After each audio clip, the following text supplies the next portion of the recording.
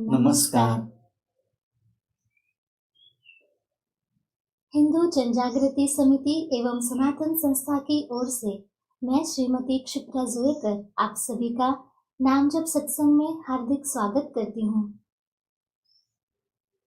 भगवान श्री कृष्ण जी तथा सनातन संस्था के संस्थापक परात्पर गुरु डॉक्टर जयंत आठवले जी के चरणों में कृतज्ञता पूर्वक वंदन करती हूँ। साथ ही उनके चरणों में प्रार्थना करती हूँ कि आज का ये नाम सत्संग निर्विघ्न रूप से संपन्न हो।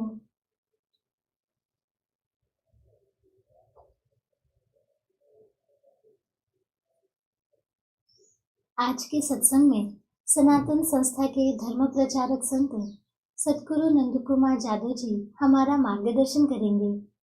मैं उनके चरणों में प्रार्थना करती हूँ कि वे हमारा मार्गदर्शन करें। जी,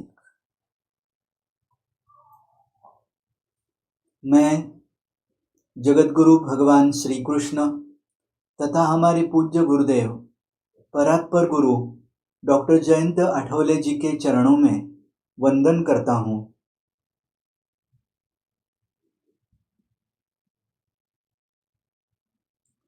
अब हम आज के नाम सत्संग का आरंभ करेंगे। व्यक्ति के शरीर, मन और बुद्धि को शुद्ध, पवित्र और निर्मल बनाने वाली स्नान की कृति के बारे में हम जानकारी प्राप्त कर रहे हैं। स्नान से संबंधित पिछले सत्संग में हमने एक दृश्यपट द्वारा स्नान करने की उचित पद्धति समझ ली। उसमें हमने देखा कि स्नान करने के लिए पीढ़े पर पालथी मारकर बैठना चाहिए। तो आज हम स्नान संबंधी और जानकारी समझ लेते हैं। जी, सदगुरु जादव जी, अभी आपने बताया कि स्नान करते समय पीढ़े पर पालथी मारकर बैठना चाहिए। हाँ, तो इसका क्या शास्त्राधार है, वो भी कृपया हमें बताएं। जी, हिंदू धर्म में प्रत्येक कृति का शास्त्र है। जी, उसका कारण भी बताया है। स्नान करते समय हम पालथी मारकर बैठते हैं, इसका भी शास्त्र है। अच्छा, वह हम समझ लेते हैं। जी, पीढ़े पर पालथी मारकर बैठने से शरीर की मुद्रा एक वर्तुल के समान बनती है। स्नान करते समय शरीर पर गिरने वाले जल के साथ मैल निकल जाता है, परंतु स्नान करने से पूर्व लगाए तेल और उबटन के परिणाम स्वरूप जागृत हुई चेतना स्नान करने से अधिक कार्यरत होती है। पालथी मारकर बैठने से बनी शरीर की स्थिति के कारण यह चेतना शरीर में ही घूमती रहती है। इससे शरीर पर होने वाले रजतमात्मक तरंगों के दुष्प्रभाव पर अंकुश लगता है। अतएव स्नान करते समय पालथी मारकर बैठना हितकर है। इसके विपरीत आजकल कुछ लोग खड़े खड़े ही स्नान करते हैं।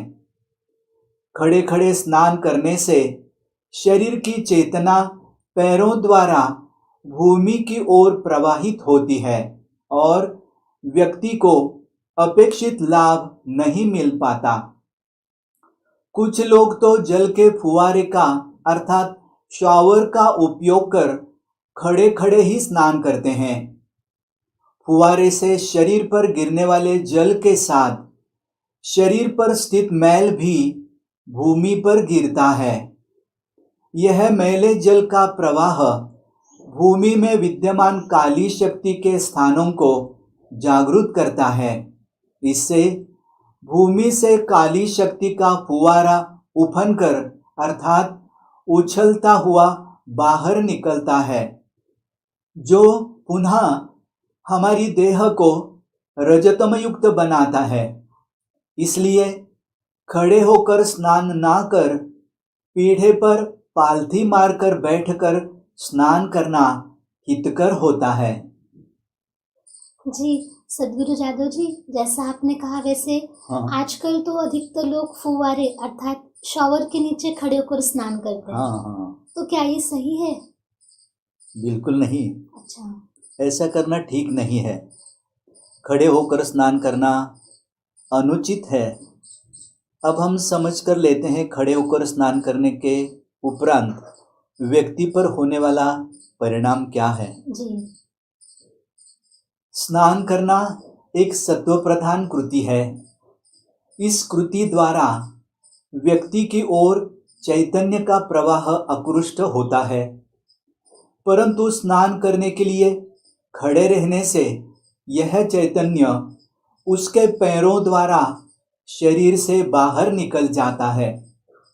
ईश्वर से व्यक्ति की ओर शक्ति का प्रवाह आकृष्ट होता है। यह शक्ति का प्रवाह भी व्यक्ति के शरीर से बाहर निकल जाता है। इस प्रकार खड़े होकर स्नान करते समय स्नान द्वारा प्राप्त चैतन्य और शक्ति भी शरीर में संजो कर रखने के लिए शरीर की स्थिति उचित नहीं होती। इस कारण स्नान करने की कृति सात्विक होते हुए भी व्यक्ति को स्नान का अधिक लाभ नहीं मिलता। इससे स्पष्ट होता है कि खड़े रहकर स्नान करने से शरीर में आप तत्व द्वारा निर्माण होने वाले स्पंदन पैरों के माध्यम से निकल जाते हैं, जबकि पीढ़े पर बैठकर स्नान करने से शरीर में प्रवेश करने वाले स्पंदन पालथी के कारण शरीर में बने रहते हैं। पालथी मारकर बैठकर स्नान करने का महत्व और उसके परिणामों को हमने इन सूक्ष्म चित्रों द्वारा समझ लिया। स्नान की कृति में हमने समझ लिया कि शरीर के 2 कान, 2 नेत्र, 2 नासिका विवर अर्थात नॉस्ट्रिल, 1 मुख, 1 गुदा और 1 उपस्थ अर्थात जननेंद्रिय, ये स्थान अर्थात 9 द्वार स्वच्छ करने चाहिए। व्यक्ति के शरीर से इन 9 स्थानों द्वारा बाह्य वायुमंडल में रजतमात्मक तरंगों का तीव्र गति से प्रक्षेपण होता है। जल की सहायता से इन स्थानों की स्वच्छता करने पर इनसे निकलने वाली रजतमात्मक तरंगों का जल में विलीनीकरण होता है तथा शरीर इन द्वारों से सात्विक तरंगे अंदर लेने में समर्थ बनता है। इससे शरीर वास्तविक अर्थ में शुद्ध बनता है। इसलिए प्रतिदिन प्रातः स्नान करते समय जल के सर्वसमावेशक स्पर्श से उन सभी स्थानों को स्वच्छ करने का विधान शास्त्रों ने बताया है। अब हम समझ लेते हैं स्नान करते समय ध्यान में रखने योग्य कुछ बातें। पहली बात है, ठंडे जल से स्नान करना उत्तम होता है। दूसरी, सिर से स्नान करने के लिए ठंडे जल का उपयोग कीजिए। तीसरी, कंधे से स्नान करने के लिए गर्म जल का उपयोग कीजिए। चौथी, आवश्यकता हो तो स्नान के लिए गुनगुने जल का उपयोग कीजिए। पांचवी, अत्यधिक गर्म अथवा अत्यधिक ठंडे जल का उपयोग टालिए। और छठवीं, नेत्र, हृदय और वृषण अर्थात टेस्टिस को गर्म जल का स्पर्श होने से बचाइए। कुछ लोग स्नान करने से पूर्व तेल के साथ उबटन लगाते हैं, तो कोई स्नान करते समय उबटन लगाते हैं। उबटन लगाना संभव ना हो तो आयुर्वेदीय द्रव्यों से बने साबुन का उपयोग हितकर होता है। आजकल रासायनिक द्रव्यों से बने साबुन का उपयोग सामान्य बात हो गई है। जी, जैसा आपने अभी बताया, हाँ, तो ठीक वैसे ही आजकल अधिकतर रासायनिक द्रव्यों से अर्थात केमिकल मिश्रित साबुन का उपयोग किया जाता है, हाँ हाँ तो इसका क्या परिणाम होता है? जी। रासायनिक द्रव्यों से साबुन बन शरीर पर उसका नकारात्मक परिणाम होता ही है, हाँ, परंतु आध्यात्मिक स्तर पर भी ऐसे साबुन से हानि होती है, अच्छा वह हम समझ लेते हैं। जी।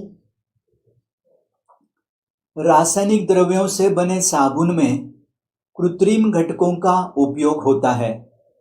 उसकी सुगंध भी कृत्रिम होती है। ऐसा साबुन रजतम युक्त होता है। इसका उपयोग करने से स्थूल से देह स्वच्छ प्रतीत होता है, परंतु सूक्ष्म स्तर पर व्यक्ति के स्थूल और सूक्ष्म देहों के चारों ओर रजतम युक्त आवरण निर्माण होता है, जो अनिष्ट शक्ति के कष्टदायक स्पंदनों को आकृष्ट करता है। इससे व्यक्ति को पीड़ा होने की आशंका रहती है। सनातन संस्था प्राकृतिक घटकों से युक्त साबुन बनाती है, जैसे नीम, तुलसी, चमेली, चंदन, पंचगव्य, उबटन, अष्टगंध। इन चैतन्यदायी सनातन साबुनों का भी आप उपयोग कर सकते हैं। ये साबुन आप वितरक से मंगा सकते हैं अथवा sanatanshop.com इससे भी मंगवा सकते हैं। स्नान से संबंधित इस सत्संग में हम स्नान अंतर्गत कृतियों का शास्त्राधार समझ रहे हैं। कल के सत्संग में हम स्नान से संबंधित शेष कृतियों के शास्त्राधार के संदर्भ में जान लेते हैं। अब हम पुरुषोत्तम भगवान श्री कृष्ण जी का प्रत्यक्ष नाम जप करेंगे। सदगुरु जादव जी, स्नान संबंधित इन सभी जानकारी के लिए हम बहुत कृतज्ञ हैं। अभी हम जो नाम जप सुनेंगे उसका उच्चारण सनातन संस्था की संत श्री चित्तशक्ति श्रीमती अंजलि गाडगिल जी ने किया है। नाम जप के पूर्व अब हम प्रार्थना करेंगे। हे भगवान श्री कृष्ण जी, यह नाम जप भावपूर्ण और एकाग्रता पूर्ण करवा दीजिए, ऐसी आपके श्री चरणों में प्रार्थना है।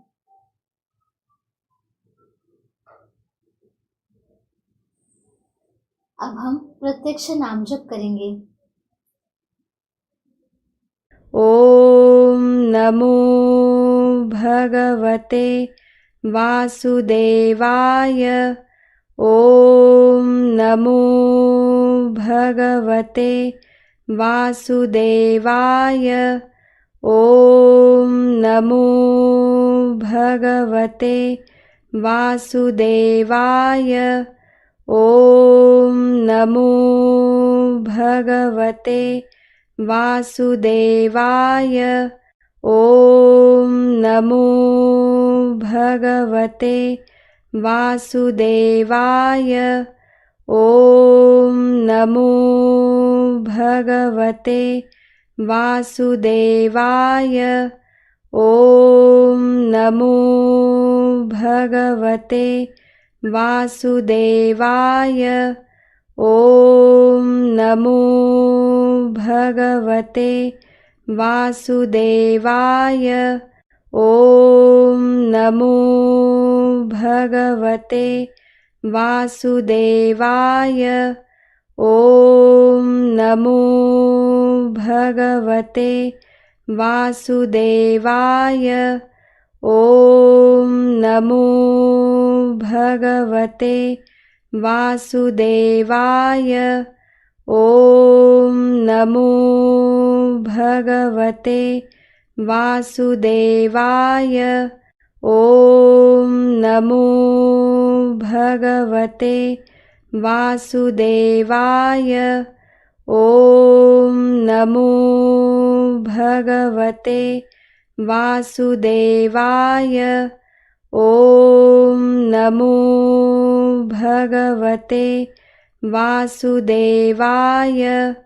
ओम नमो भगवते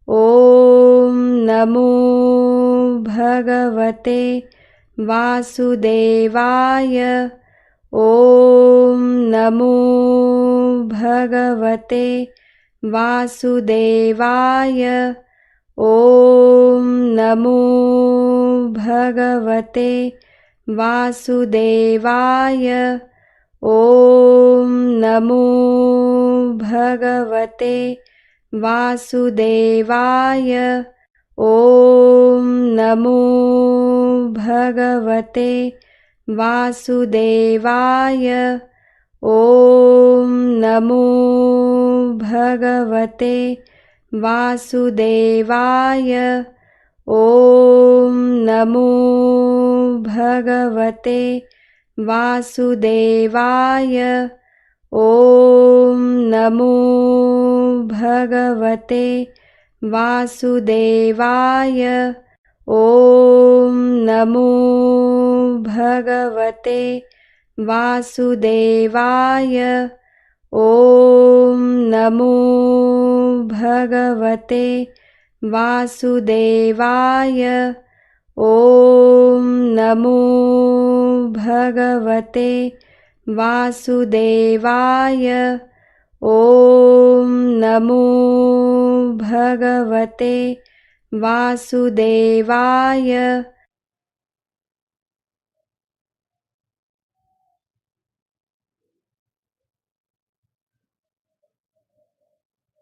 नाम जप का समय पूर्ण हुआ है। हिंदू जनजागृति समिति द्वारा आयोजित विशेष चर्चा सत्र। यह कार्यक्रम 8 अक्टूबर को रात को 8 बजे प्रसारित किया जाएगा। यह लाइव कार्यक्रम मराठी भाषा में होगा। इसका विषय है महाराष्ट्रात गोमाता सुरक्षित आहे का? महाराष्ट्र में गोमाता सुरक्षित है क्या? यह विषय रहेगा।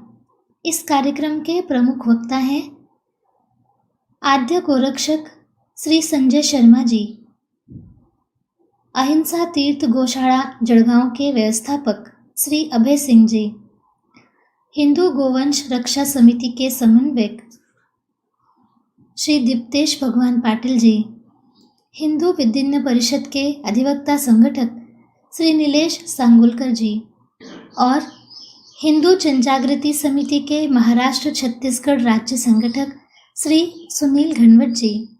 यह कार्यक्रम आप हिंदू जनजागृति समिति के यूट्यूब चैनल, हिंदू अधिवेशन के फेसबुक पेज और हिंदू जनजागृति समिति के ट्विटर पर देख सकते हैं। 11 अक्टूबर से 9 भाषाओं में आनंदी जीवन और आपातकाल की दृष्टि से अध्यात्म का महत्व क्या है, इस विषय पर साप्ताहिक ऑनलाइन सत्संग आरंभ होने वाले हैं।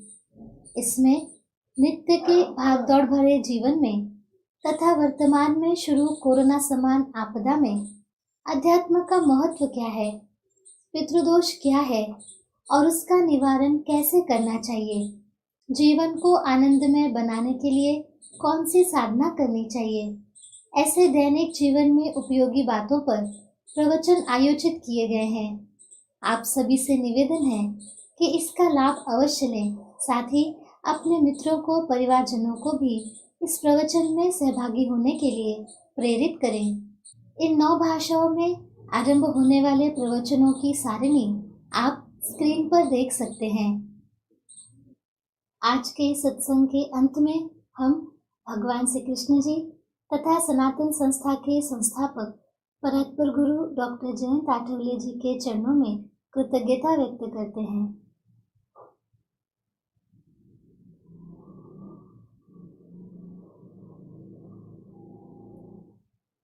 आज के नाम सत्संग का यही समापन करेंगे। नमस्कार।